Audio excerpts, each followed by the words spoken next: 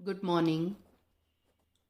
We have already looked at the biography of Charles Lamb, a very famous essay writer of English. His essay, Dream Children, a Reverie, is prescribed for the students of BA Part 1 English Literature, Paper 2, that is English Prose and Fiction. I have given you the text of the essay. Please go through it at your leisure. जब free time मिले आप इसको पढ़ें, पहले text को पढ़ लें एक बार और उसके बाद हम अब उसका अवलोकन करेंगे, ऐसे का अध्ययन करेंगे. पहले समरी ऑफ ड्रीम चिल्ड्रन. अ रेवरी. रेवरी यानी कि एक तरीके से एक सपना. ऑलमोस्ट ये कह सकते हैं कि जब आप गहरी नींद में ना हों, जब आप आंखें खोल कर जब कोई सपना देखते हैं, होता है ना, हम ख्यालों में खो जाते हैं, उसको रेवरी कहते हैं. Children love to listen to stories with their elders, of their elders as children. The essay begins because they get to imagine those elders that they themselves cannot meet. यानी कि बच्चों को अपने घर के बड़े बुजुर्गों या जो गुजर चुके हैं परिवार के सदस्य, उनके बारे में जानना बहुत अच्छा लगता है, क्योंकि वो अब इस दुनिया में नहीं हैं. तो इन कहानियों के ज़रिए वो उनको जानने पहचानने लगते हैं. Elia's children gather around him to hear stories about their great grandmother Field, who lived in a mansion. Mansion यानी कि बहुत बड़ा मकान, जिसको हम हवेली कहते हैं. That she cared for on behalf of a rich family who lived in a different mansion. यानी कि जो इलिया है, इस ऐसे के जो लेखक हैं जिनका उपनाम या पेन नेम इलिया था, उनकी उनकी नानी और इन बच्चों की वो पड़ नानी हुई, ग्रेट ग्रैंड मदर. उन्होंने अपना जीवन काल एक बहुत बड़ी हवेली में निकाला जिसकी वो देखभाल करती थी. और हवेली के जो मालिक थे, एक बहुत धनवान परिवार था, वो कहीं और रहते थे. Young Alice scoffs at Elia's recollection of that rich person, removing a detailed wood carving depicting the story of the children in the wood to put up an ugly marble thing instead. यानी कि ये कहानी सुनकर वो जो बच्चे जो कहानी सुन रहे हैं, उनमें से एक है एलिस और दूसरा है जॉन. तो एलिस जो है वो एक तरीके से मजाक बनाती है इस बारे में. At Field's funeral, Ilya recounts, everyone praised her goodness and religious faith. She could recite Psalms and some of the New Testament from memory. जब ग्रेट ग्रैंडमदर फील्ड की डेथ हुई तो इलिया याद कर रहे हैं इस बात को कि सारे लोग जो वहाँ पे मौजूद थे वो उनकी प्रशंसा कर रहे थे, और वो बहुत ही धार्मिक प्रवृत्ति की महिला थीं, जिन्हें क्रिश्चियन भजन जो होते हैं उनको इंग्लिश में हम साम कहते हैं. पी इसमें साइलेंट है शब्द में. वो मुँह ज़बानी याद थी. यही नहीं, उनको क्रिश्चियंस का जो धार्मिक ग्रंथ है बाइबल, उसका जो न्यू टेस्टमेंट है, जो बाद वाला हिस्सा है, वो उनको कंठस्थ याद थी. She was a great dancer until she was stricken by cancer. But even in the grip of that disease, she did not lose any of her good spirits. She was convinced that two ghosts of infants lived in her house. अब याद रहे, वो इस घर में अकेली रहती थी और उनका ये मानना था कि उनके साथ इस घर में दो छोटे बच्चों के भूत भी वहीं पे उन्होंने अपना आवास बना रखा था. But she did not consider them harmful. लेकिन उन्हें उन बच्चों के भूतों से डर नहीं लगता था. So it did not bother her much. वो नहीं समझती थी कि वो बच्चे उनको कोई नुकसान पहुंचाएंगे. But the young Ilya was terrified of them. लेकिन जब लेखक खुद बच्चे थे और अपनी नानी की वो ये बातें सुनते थे तो वो डर जाते थे and always needed help getting to sleep even though he never saw them. और उन्हें सोने में मदद चाहिए थी कि कोई उनको थपथपा कर सुलाए, हालांकि उन्होंने उन भूतों को कभी खुद ने नहीं देखा था। The young Ilya used to wander the grounds of that mansion, admiring all of the marble busts and wondering when he may himself turn into one. Wander यानी कि घूमना, भटकना। तो वो उस हवेली के जो मैदान थे, जो बाग बगीचे थे, उसमें घूमते थे। और बस का मतलब यहाँ पर होता है वो मूर्तियाँ जिसमें किसी भी व्यक्ति के केवल चेहरा, सिर और कंधे और छाती का आधा हिस्सा होता है, केवल बस तक होता है। तो उनको वो देखते थे। He spent his days picking the various fruit from around the grounds of the estate. Elia breaks from his recollection to notice his children, John and Alice, splitting a plate of grapes. Ilya continues that Field loved all of her grandchildren, but especially Ilya's elder brother John L. L मतलब lamb, John lamb से उनकी नानी बहुत ज़्यादा प्यार करती थी, जो कि चार्ल्स लैम्ब के बड़े ब्रदर थे। A handsome and great spirited young man who wrote horses from a young age. John used to carry Ilya around on his back when the younger brother became lame-footed. Now Charles lamb के एक पैर में कुछ चोट लग गई थी और वो चल नहीं पाते थे, तो जब वो लंगड़ा कर चलते थे तो जॉन अपने छोटे भाई को कंधे पर उठाकर इधर उधर घूमता था। When John fell ill, Ilya felt he was not able to take care for his brother as well as when John had cared for him.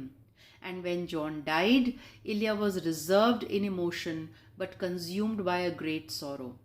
जब उनके भाई की तबीयत खराब हुई तो इलिया को लगा कि जिस तरीके से उनके बड़े भाई ने उनकी देखभाल करी थी, वो बदले में अपने भाई की उतनी देखभाल नहीं कर पाए।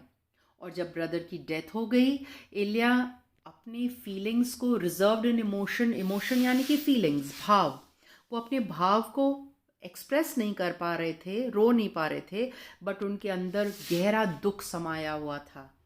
At this point in the telling, Elia's children start to cry, asking not to hear about their uncle, but to hear about their dead mother instead. अब इस पॉइंट पे बच्चे रोने लगते हैं और वो कहते हैं कि हमें हमारी अंकल की कहानी नहीं सुननी, हमारी मदर के बारे में बताओ जिनकी डेथ हो चुकी है। So Ilya begins by telling them of the 7 years he spent courting their mother Alice, with all of its difficulties and rejections. Now, याद रहे ये सब ख्यालों में ही हो रहा है, तो ख्यालों में ही इलिया उन बच्चों को बताते हैं कि उनको 7 साल लगे, जिसके बीच कई बार एलिस ने, यानी कि उनकी खुद की पत्नी थी, वो काल्पनिक, वास्तविकता में नहीं, और उन काल्पनिक बच्चों की माँ थी। 7 सालों तक उन्होंने अपनी पत्नी को रिझाया, मनाया, कोटिंग का मतलब यही होता है, और हर बार उन्होंने उनको रिजेक्ट कर दिया, मना कर दिया। But when he goes to look at his daughter Alice, she had disappeared. A disembodied voice tells Ilya that they are not Alice's children, that the real father of Alice's children is a man named Bartram, and they are just dreams. अब जब वो अपनी बेटी की तरफ देखते हैं तो वो पाते हैं कि बेटी तो वहाँ है ही नहीं, और एक भूतिया सी आवाज़ उनको याद दिलाती है कि ये जो बच्चे हैं, ये बच्चे जो हैं वो एलिस के बच्चे नहीं हैं, एलिस और इलिया के बच्चे नहीं हैं, क्योंकि वास्तविक एलिस की शादी किसी और आदमी से हुई थी और उसका नाम बार्ट्रम था, और ये बच्चे तो केवल ड्रीम है, एक सपना है। With that, Ilya wakes up in his armchair with Bridget by his side and John L. gone forever. और वो एकदम से चमक के उठते हैं, और ब्रिजिट नाम की एक महिला उनके करीब है, और उनके ब्रदर जॉन एल हमेशा के लिए इस दुनिया को छोड़कर जा चुके हैं। ये ऐसे का की समरी थी, सारांश जिसको हम कह सकते हैं एक तरीके से। अब एनालिसिस ऑफ ड्रीम चिल्ड्रन और रेवरी। Dream Children is a formally unique essay channeling the logic and flow of a dream in a series of long sentences, strung together phrases, and no paragraph breaks to be found. Now ये एक unique यानी कि अपने आप में एक special ऐसे है और इसमें लंबे लंबे वाक्य हैं और उनके बीच में वाक्यांश दिए हुए हैं, लेकिन पैराग्राफ ब्रेक नहीं है। पूरा पूरा पेज एक लंबा ऐसे के फॉर्म में है। लैम्ब डेफ्टली डेफ्टली यानी कि स्किलफुली, बड़ी ही सफलता के साथ, निपुणता के साथ, he uses these stylistic conceits to pull the reader into a reverie, creating a sense of tumbling through this dream world with its series of dovetailing tangents. कहने का मतलब है कि जैसे हम जब सपना देखते हैं तो एक के बाद एक बहुत सारे दृश्य जुड़ते चले जाते हैं, ऐसा ही यहाँ पर भी हो रहा है. In fact, the essay could prove confusing and hard to navigate until the reader gets to the end when, with a savvy twist, savvy यानी कि smart twist, Lamb explains the formal oddness of the yarn he has been spinning all along. Yarn यानी कि धागा, spinning यानी कि धागे, रुई से धागे को बनाना. तो सपने भी एक तरीके से जो कहानियाँ हम बनाते हैं वो भी धागे की तरह होती है. उनमें सच्चाई या वास्तविकता बहुत कम होती है. We are ripped out of this odd dream state into the most familiar state Lamb can be found in, and that is sitting next to his sister. To some extent, this piece blurs genre lines between essay and fiction. इस piece में दो अलग अलग लिखने के तरीके, जांग यानी कि कला और साहित्य को बनाने के या लिखने के या कंपोज करने के या सृजन करने के या क्रिएट करने के जो तरीके होते हैं, शैली होती है एक तरीके से. जांग का मतलब शैली होता है, वो जांग कहलाता है. तो यहाँ पर दो अलग शैलियाँ ली हैं लेखक ने. ऐसे यानी कि निबंध लिया है, फिक्शन यानी कि कहानियाँ ली हैं. तो कहानी और ऐसे का ये सम्मिश्रित मिक्स्ड एक नई शैली उन्होंने बनाई है. Commonly, we understand essays to be works of non-fiction, but in this one, Lamb uses his typical interior-facing autobiographical approach. Interior यानी कि अंदर की तरफ, वो खुद के बारे में एक तरीके से वो इस ऐसे और कहानी के बारे में के माध्यम से बता रहे हैं. To make room for a fictional narrative inside of a dream. और वो ऐसा क्यों कर रहे हैं? ताकि वो एक सपने के अंदर एक कहानी बुन सकें. The fact that his children exist is a fiction, as is the idea that he married Alice, as may be the existence and deaths of Field and John L. क्या पता उनकी परनानी या उनकी जो नानी थी वो सच्ची में थी या नहीं, और जॉन एल भी वास्तविक में थे या नहीं, ये कहानियों में इरादर इस निबंध में कहना मुश्किल है. We know that the real life Charles had a brother John Lamb, but in choosing the rare occasion to write of his real life brother inside of this vivid dream, Lamb seems to be choosing to write about a fantasized version of his real life. वैसे John lamb उनके brother थे और यहाँ पर उनका जिक्र करके वो उनको एक कल्पना का रूप दे रहे हैं. Here, Lamb models his essay on a dream, bringing the fantasy that fuels his creative energies to the fore, blurring the lines between that fantasy of his past life and that life to which he dedicates his writing practice. यानी कि उनकी बीती हुई जिंदगी और उनका जो वर्तमान है उनके बीच में जो अंतर है उसको धूमिल सा कर दिया है उन्होंने इस पर्टिकुलर कहानी या निबंध के ज़रिए. The children of James Ilya, John and Alice, asked him to tell them about his great-grandmother and their great-grandmother, Mrs. Field, who used to live in a great mansion in Norfolk. यानी कि James इलिया जिनके बच्चों के नाम थे John and Alice, वो उनसे कहते हैं कि अपनी नानी के बारे में बताओ, हमारी पड़दादी के बारे में बताओ, Mrs Field. The house belong to a rich noble man who lived in another new house. Grandmother Field was the keeper of the house, वो देखभाल करती थी उस मकान का। And she looked after the house with great care as though it was her own. और जिस प्यार से वो उस मकान की देखभाल करती थी, ऐसा लगता था जैसे कोई वो उनका खुद का हो। The tragic incident of the two children and their cruel uncle had taken place in the house.